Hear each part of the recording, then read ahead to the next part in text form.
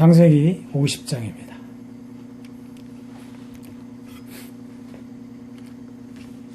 창세기 50장 1절부터 마지막 절까지 함께 합독합니다.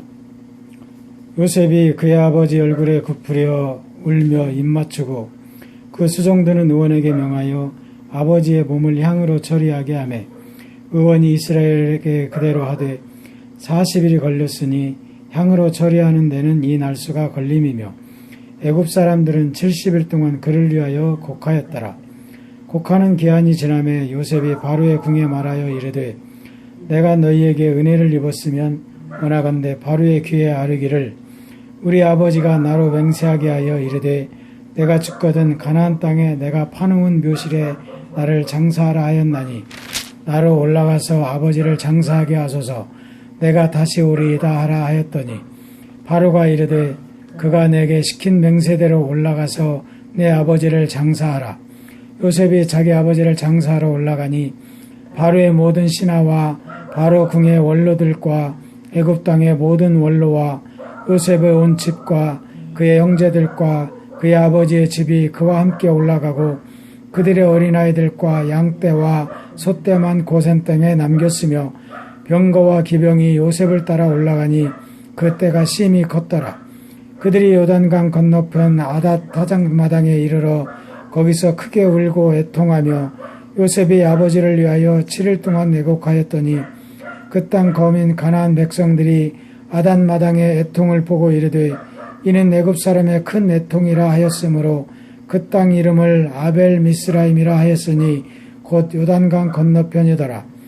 야곱의 아들들이 아버지가 그들에게 명령한 대로 그를 위해 따라 행하여 그를 가나안 땅으로 메어다가 마물의 앞 막벨라 밭굴에 장사하였으니 이는 아브라함이 헷족 속 에브론에게 밭과 함께 사서 매장지를 삼은 곳이더라. 요셉이 아버지를 장사한 후에 자기 형제와 오상꾼과 함께 애굽으로 돌아왔더라. 요셉의 형제들이 그들의 아버지가 죽었음을 보고 말하되 요셉이 혹시 우리를 미워하여 우리가 그에게 행한 모든 악을 다 갚지는 아니할까 하고 요셉에게 말을 전하여 이르되 당신의 아버지가 돌아가시기 전에 명령하여 이르시기를 너희는 이같이 요셉에게 이르라 내 형들이 내게 악을 행하였을지라도 이제 바라건대 그들의 허물과 죄를 용서하라 하셨나니 당신 아버지의 하나님의 종들인 우리 죄를 이제 용서하소서 하매 요셉이 그들이 그에게 말하는 말을 들을 때에 울었더라. 그의 형들이 또 친히 와서 요셉의 앞에 엎드려 이르되 우리는 당신의 종들이니이다. 요셉이 그들에게 이르되 두려워하지 마소서 내가 하나님을 대신하리이까. 당신들은 나를 해하려 하였으나 하나님이 그것을 선으로 바꾸사 오늘과 같이 많은 백성의 생명을 구원하게 하시려 하셨나니 당신들은 두려워하지 마소서 내가 당신들과 당신들의 자녀들을 기르리이다 하고 그들을 간곡한 발로 위로하였더라. 요셉이 그의 아버지와 가족과 함께 애굽에 거주하며 110세를 살며 에브라임의 자손 3대를 보았으며 므낫세의 아들 마길의 아들들도 요셉의 이스라엘에서 양육되었더라. 요셉이 그의 형제들에게 이르되 나는 죽을 것이나 하나님이 당신들을 돌보시고 당신들을 이 땅에서 인도하여 내사 아브라함과 이삭과 야곱에게 맹세하신 땅에 이르게 하시리라 하고 요셉이 또 이스라엘 자손에게 맹세시켜 이르기를 하나님이 반드시 당신들을 돌보시리니 당신들은 여기서 내 해골을 메고 올라가겠다 하라 하였더라. 요셉이 110세의 죽음에 그들이 그의 몸에 향재료를 넣고 애굽에서 입관하였더라. 아멘. 오늘로 창세기 50장이 마무리됩니다. 긴 시간 동안 약 1년이라는 세월을 창세기 1장부터 우리가 공부하여 왔습니다. 오늘은 창세기 50장에서 요셉이 야곱이 죽자 야곱의 장례식을 치르는 그 말씀과 또 마지막 부분에서 요셉이 자신의 형제들과 또 이스라엘 백성들에게 하는 유언의 말씀입니다. 야곱은 49장에서 요셉에게 말했죠. 내가 죽거든 우리 할아버지 아브라함이 준비해 놓은, 그리고 아브라함과 사라, 그 다음에 이삭과 리브가가 장사되었고, 그곳에 나를 묻어달라고 이렇게 이야기하죠. 그리고 그곳에는 누가 있어요? 레아가 있습니다.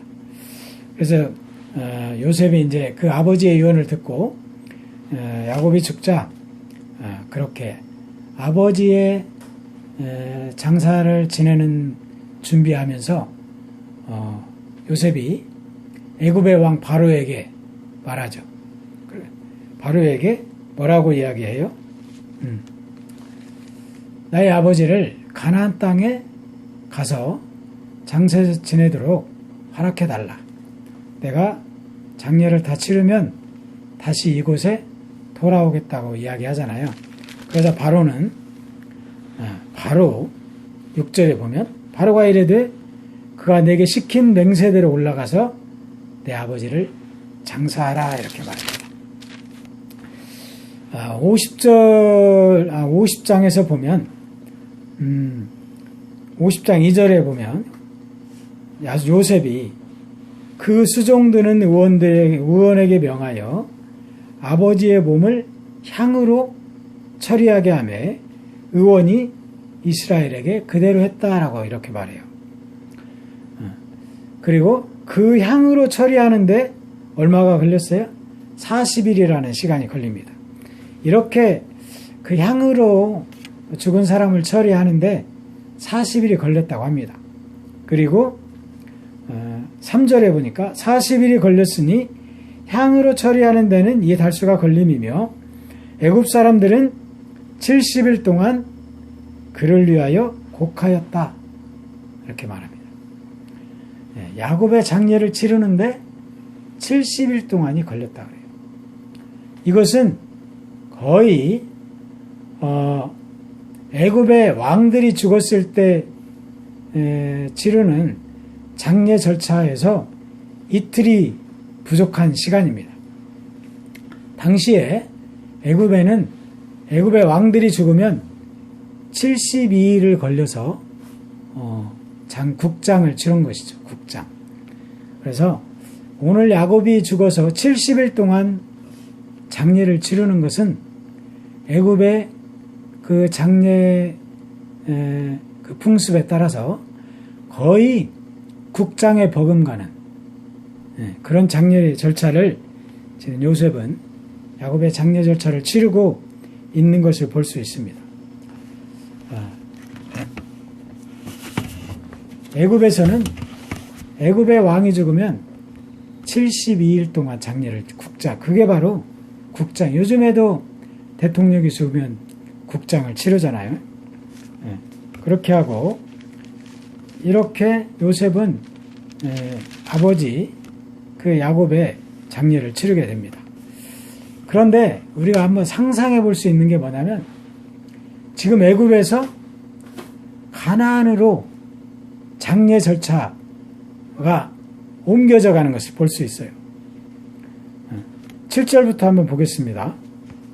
요셉이 자기 아버지를 장사하러 올라가니 바로의 모든 신하와 바로 궁의 원로들과 애굽 땅의 모든 원로와 또 요셉의 온 집과 그의 형제들과 그의 아버지의 집이 그와 함께 올라가고 그들의 어린아이들과 양떼와 소떼만 고센 땅에 남겼고 또 거기에 따라서 병거와 기병이 요셉을 따라 올라가니 그때가 심히 컸더라.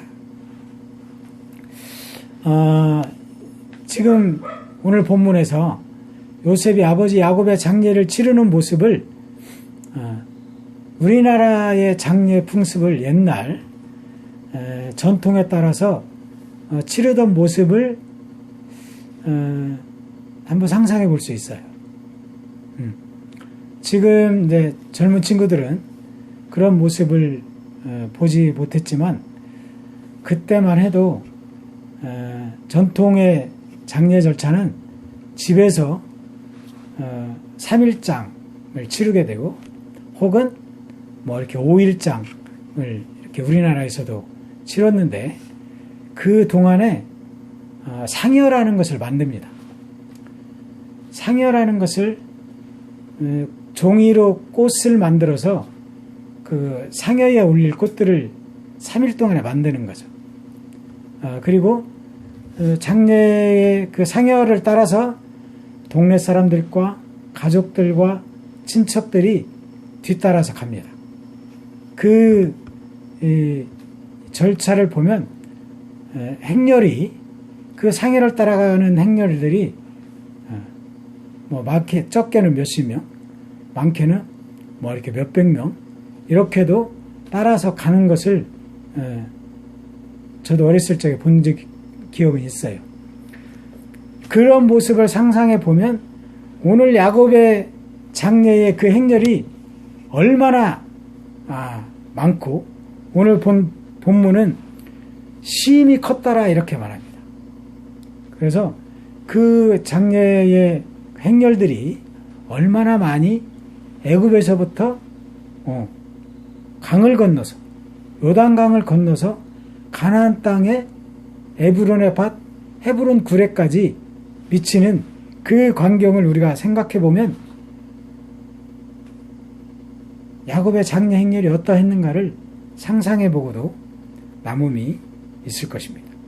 요셉은 그 아버지의 장례를 치르면서 애굽에서부터 가나안 땅에까지 갑니다. 그리고 또 그곳에서 7일 동안 애곡합니다. 그러자 가나안에 있는 사람들이 이 애곡하는 모습을 보고 이는 애굽의 장례라고 이렇게 말을 하죠. 성경에서 가나안 사람들이 그 모습을 보고 애굽 사람이 장례를 치르러 왔다라는 것을 알게 됩니다. 창세기 50장에서 50장의 11절부터 보니까 그 땅 거민 가나안 백성들이 아바당의 애통을 보고 이는 애굽 사람의 큰 애통이다 이렇게 말하죠. 11절에서 애굽 사람의 큰 애통이라 하였으므로 그 땅 이름을 아벨 미스라임이라 이렇게 부릅니다. 그리고 이 땅은 곧 요단강 건너편에 있었습니다. 야곱의 아들들이 그 아버지 야곱이 명령한 대로 막벨라 밭 굴에 있는 그 헤브론 굴에 장사하고 이는 아브라함이 헷 속 에브론에게 밭과 함께 사서 매장지로 삼았고 그곳에는 이미 아브라함과 사라, 이삭과 리브가 이렇게 그 조상들이 묻혀 있는 곳입니다. 그리고 요셉이 아버지를 장사한 후에 자기 형제와 호상꾼과 함께 애굽으로 돌아갑니다. 이처럼 야곱의 행렬에는 호상꾼들이 그렇게 많았다는 것이죠. 요셉을 따르던 그 애굽의 왕의 밑에서 총리를 할 때 요셉을 따르던 자들은 그 행렬에 동참했을 것입니다. 문제는 50장 후반부에 가면 요셉의 형제들의 이야기가 나옵니다. 아버지 야곱이 죽자 형제들은 모여서 이야기했겠죠. 야,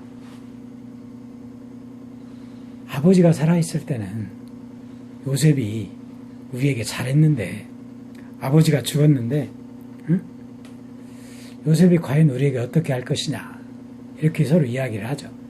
이 하는 이야기가 요셉에게도 전해지고 요셉은 그 형제들이 하는 이야기에 눈물을 보였다라고 말합니다. 17절에서 너희는 이같이 요셉에게 이르라 내 형들이 내게 악을 행하였을지라도 이제 바라건대 그들의 허물과 죄를 용서를 하셨나니 당신 아버지의 하나님의 종들인 우리를 이제 용서해라 라고 이렇게 말하는 것이죠.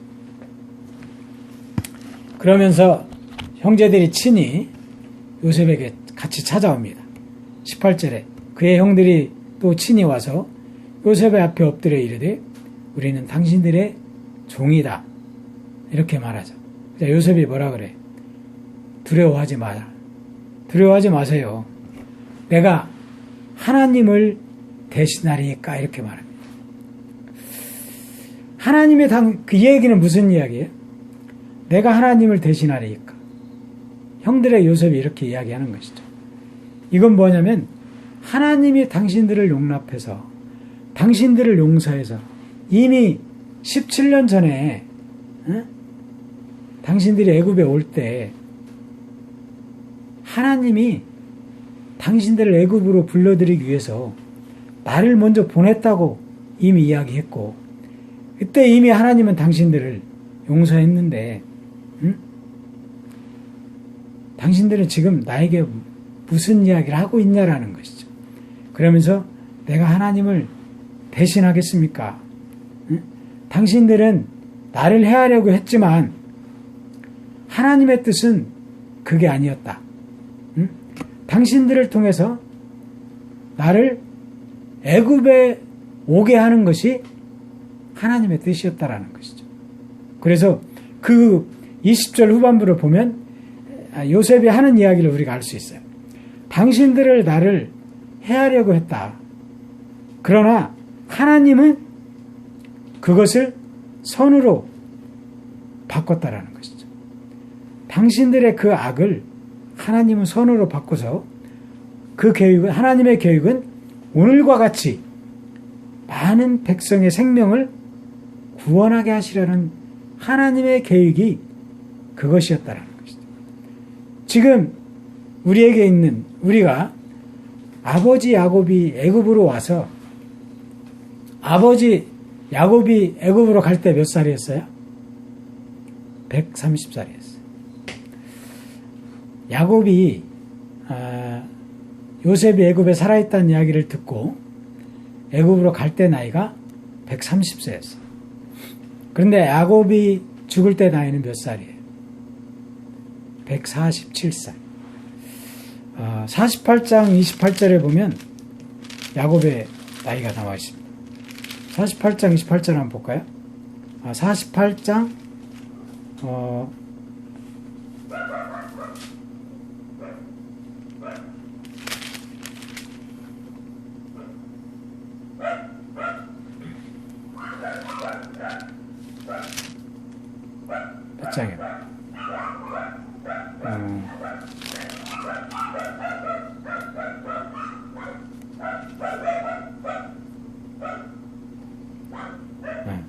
47장 28절에 보면 47장 28절에 야곱이 애굽 땅에 17년을 거주하였으니 그의 나이가 147세라.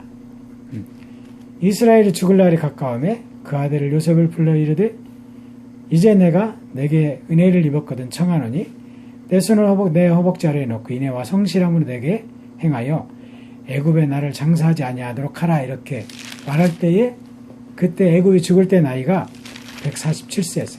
그러니까 17년 동안을 야곱은 요셉과 함께 사는 거죠.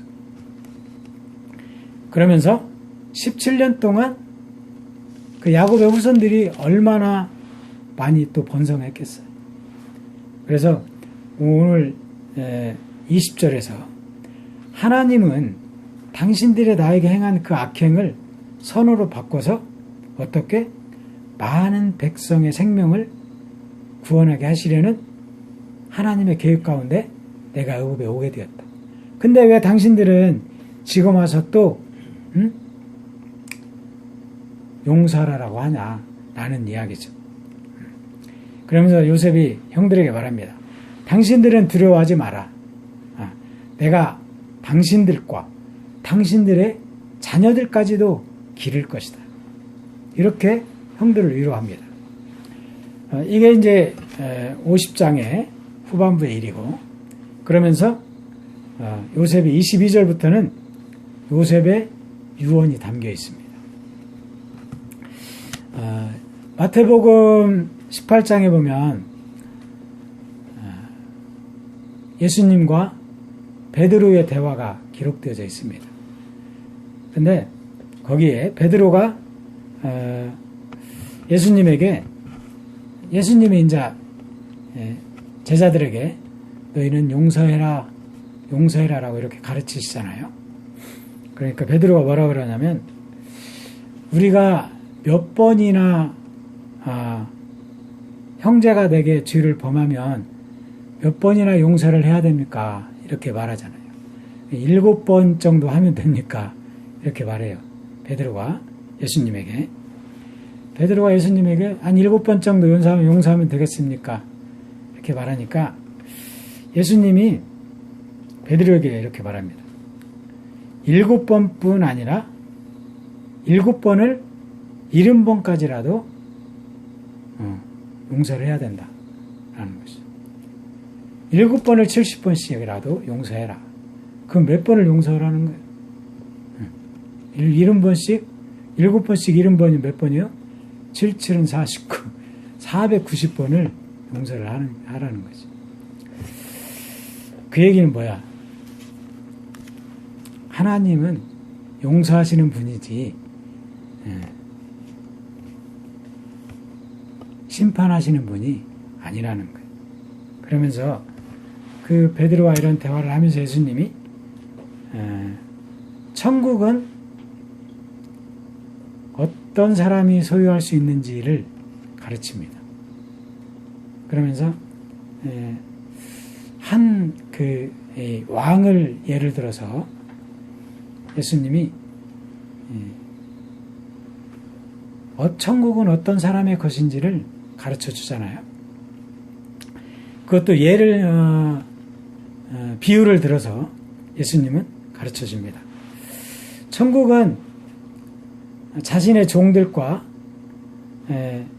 결산하려고 하는 어떤 임금의 모습과 같다라고 이렇게 이야기해요. 그러면서 그 임금이 재산을 이렇게 관리하라고 종들에게 맡겨놓고 그 종들과 결산하려고 이제 종들을 불렀습니다. 그런데 한 종이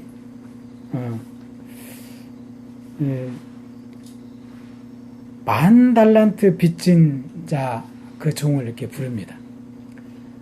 그 임금에게 빚진 10,000달란트 빚진 그 종을 불러서 너는 이걸 다 갚아라. 다 갚아라. 그러니까 자신이 갚을 능력이 없는 거예요. 그 종이. 너의 아내와 자식들과 너의 있는 것을 다 팔아서라도 갚으라고 말합니다. 그러자 그 종이 그 왕에게 엎드려서 용서해달라고 읍소하는 거죠. 그리고 갚을 것입니다. 그러니 좀 기다려달라, 참아달라 이렇게 말하잖아요. 그러니까 그 모습을 이제 갸륵하게 불쌍하게 여긴 임금이 그 10,000달란트 빚진 종의 빚을 다 탕감해 주잖아요. 그 10,000달란트 빚진 그 종이 탕감을 받고 이제 기쁜 마음으로 이제 돌아가죠. 돌아가다가 누굴 만나요? 자신에게 100데나리온의 빚을 진 사람을 만나잖아요. 그러자 자신은 금방 조금 전에 10,000달란트의 빚을 탕감을 받았는데 100데나리온의 빚을 자신에게 진 그를 용서하지 않는 그 종의 모습을 봅니다. 그래서 천국은 어떤 사람이 소유할 수 있는지를 예수님이 제자들에게 가르치는 현장이죠. 그래서 오늘도 우리가 이 요셉의 창세기 50장 요셉의 형제들이 아버지 야곱이 죽어서 요셉에게 와서 우리를 용서해 줘라 라고 말하는 그 말씀 가운데에서 내가 하나님을 어떻게 대신할 수 있냐, 하나님이 결정한 일을 내가 할 수 있겠느냐, 이렇게 하나님의 계획은 심판이 아니고 많은 백성의 생명을 구원하는 데 있다 라는 말로 형들을 위로하는 것을 볼 수 있습니다. 그리고 이어서 요셉의 죽음이 짧게 기록되어져 있어요. 요셉이 아버지의 가족과 함께 애굽에 거주하여 110세를 살며 그의 아들들의 아들들까지도 그 후손들까지도 에브라임의 자손 3대까지 보면서 요셉이 삽니다. 그리고 요셉이 이제 형제들에게 유언을 하죠. 내가 죽으면 하나님이 이 땅에서 당신들을 인도해서 가나안 땅으로 가게 될 것이다. 그러니 그때에 지금 나를 이 애굽 땅에 묻지 말고 너희들은 반드시 하나님이 너희들을 이끌고 가나안 땅으로 갈 것이니까 그때에 내 해골을 메고 올라가겠다고 나와 약속하라는 것이죠. 그러니까 훗날 하나님은 너희를 가나안 땅으로 인도해 드릴 것이니까 너희들은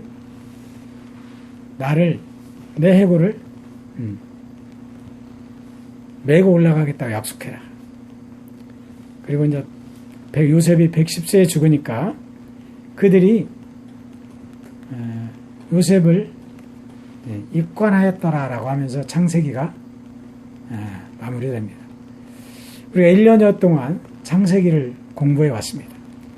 창세기를 통해서 성경을 창세기부터 요한계시록까지 성경 한 권을 이해할 수 있는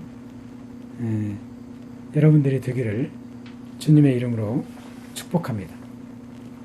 창세기 1장부터 50장까지를 통해 우리는 이 창세기의 말씀을 통해서 하나님의 구원의 계획이 어디에 있고 또 오늘 50장에서도 우리가 보았지만 요셉을 애굽으로 이끌어 들인 분은 하나님이셨다. 왜? 많은 백성의 생명을 구원하게 하시려는 하나님의 계획이 있었다는 것이죠. 그 창세기의 그 많은 생명의 구원의 계획을 가진 하나님은 오늘도 하나님에게로 돌아오기를 기다리고 계십니다. 그거는 무엇입니까? 하나님의 생명을 구원하기 위한 하나님의 그 구원의 계획이 있기 때문입니다. 하나님을 우리의 아버지로 예수 그리스도를 나의 구세주로 섬기며 살아가는 우리는 모두가 하나님의 자녀들입니다. 우리는 이 하나님의 자녀로서의 삶을 살아가면서 하나님의 구원의 계획에 포함되어진 사람으로서 또 이 땅에서 아직도 하나님을 모르고 예수 그리스도를 모르고 살아가는 그들에게 하나님을 전파할 수 있는 예수 그리스도를 전파해야 되는 그런 사명을 또한 가진 하나님의 자녀들입니다. 우리가 말씀 가운데에서 우리의 삶의 하나님의 나라를 이루어가면서 또 하나님을 모르고 있는 자들에게 구원의 메시지를